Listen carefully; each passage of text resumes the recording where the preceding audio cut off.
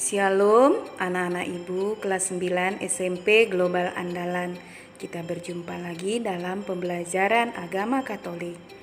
Pelajaran kita kali ini adalah mengembangkan budaya kehidupan.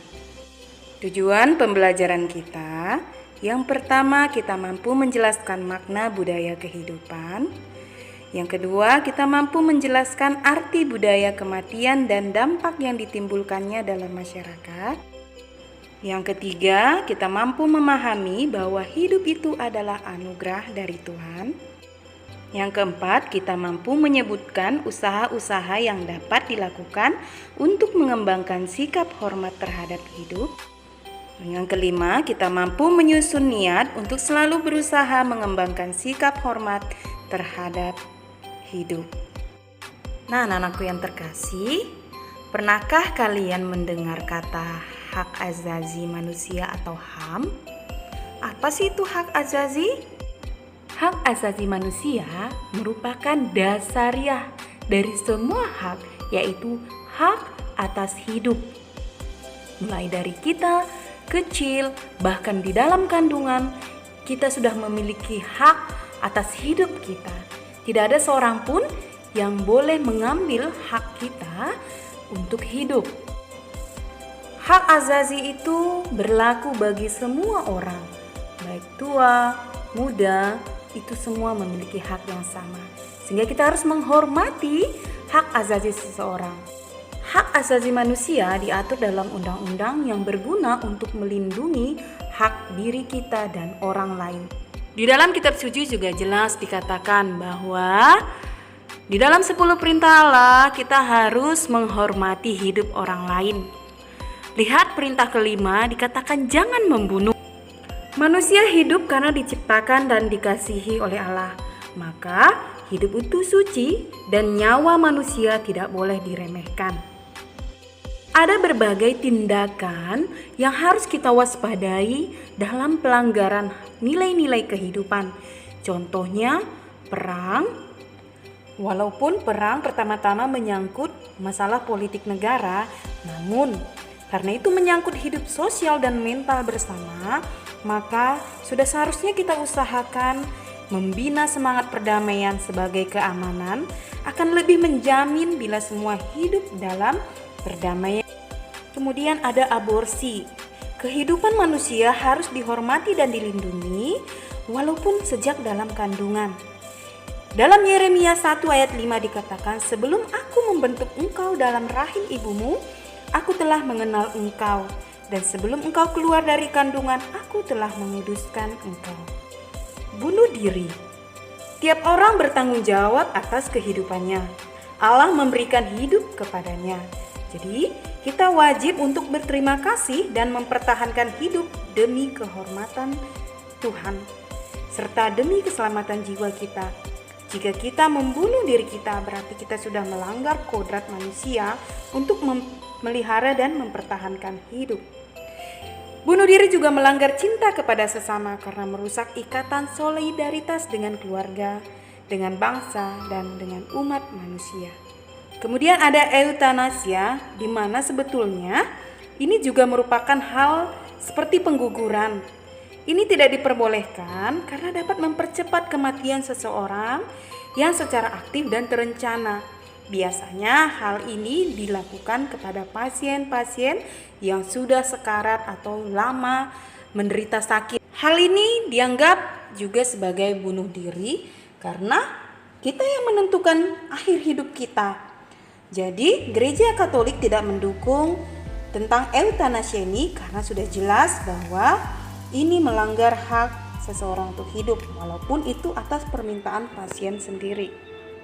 Masih banyak contoh-contoh lain yang tidak menghargai kehidupan, menghilangkan nyawa seseorang, kita berkendara tidak tertib lalu lintas, kita meminum minuman keras, mengkonsumsi narkoba merupakan tindakan yang tidak menghargai kehidupan, karena tindakan tersebut dapat merugikan diri sendiri dan orang lain. Terlebih kita telah melanggar apa yang dikehendaki Allah di dalam kehidupan kita. Lalu apa usaha yang bisa kita lakukan dalam menghormati kehidupan yang telah dianugerahkan Tuhan kepada kita. Banyak cara yang bisa kita usahakan, yaitu menjauhi narkoba, memperhatikan rambu lalu lintas saat berkendara, mengutamakan hidup sehat dengan makan makanan bergizi, olahraga yang cukup, dan ketika kita sakit, flu, bersin, atau batuk, kita bisa menutup hidung dan mulut kita sehingga kita tidak menularkan penyakit yang sama kepada orang lain. Membantu orang lain, merawat orang yang sakit, memberi makan orang yang kelaparan merupakan suatu bukti cinta kasih kita kepada kehidupan orang lain. Dan dengan demikian, kita sudah mengamalkan perintah Allah untuk saling menghargai kehidupan. Sekarang mari kita lihat sikap teladan yang ditunjukkan Yesus dalam usaha membela kehidupan ketika dia menyembuhkan anak kepala rumah ibadat dan perempuan yang sakit pendarahan. Bukti cinta Yesus kepada sesama, dan Yesus sangat menghargai kehidupan seseorang. Dan masih banyak contoh-contoh lain yang ditunjukkan Yesus dalam usaha membela kehidupan sesama. Sikap dan teladan yang ditunjukkan oleh Yesus inilah yang mendorong Bunda Teresa dari Kalkuta untuk senantiasa memperhatikan orang yang membutuhkan di sekitarnya.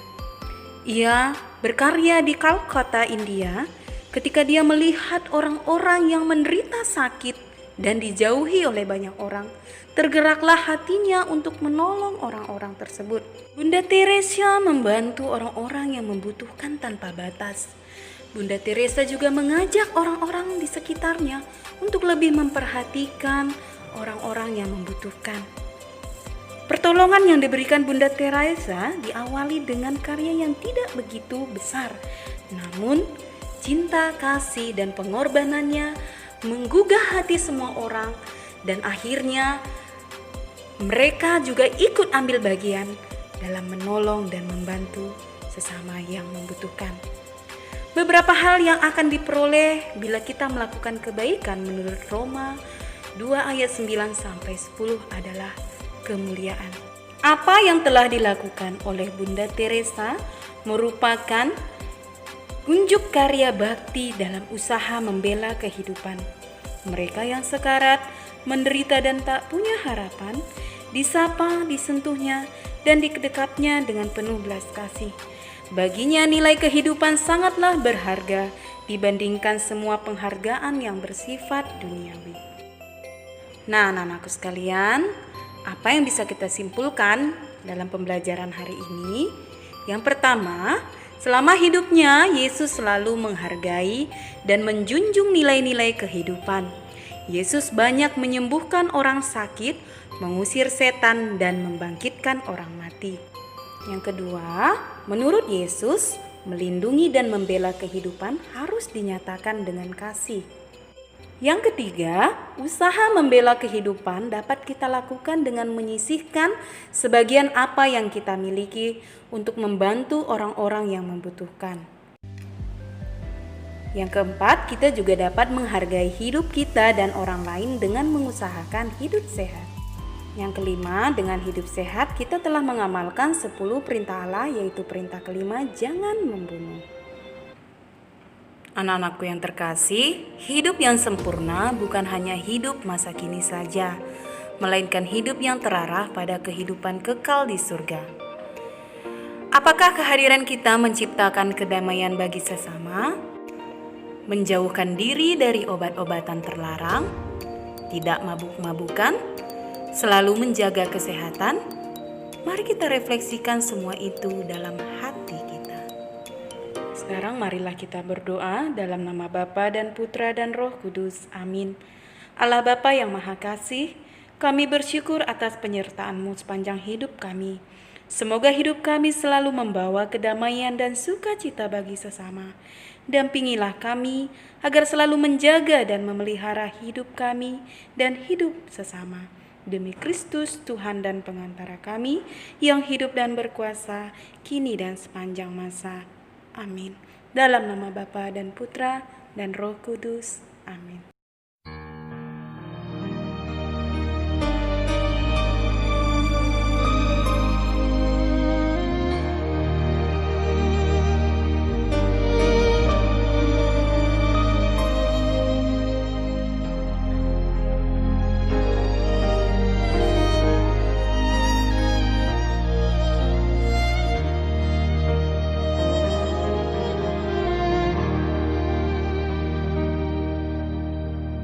Jalanmu tak terselami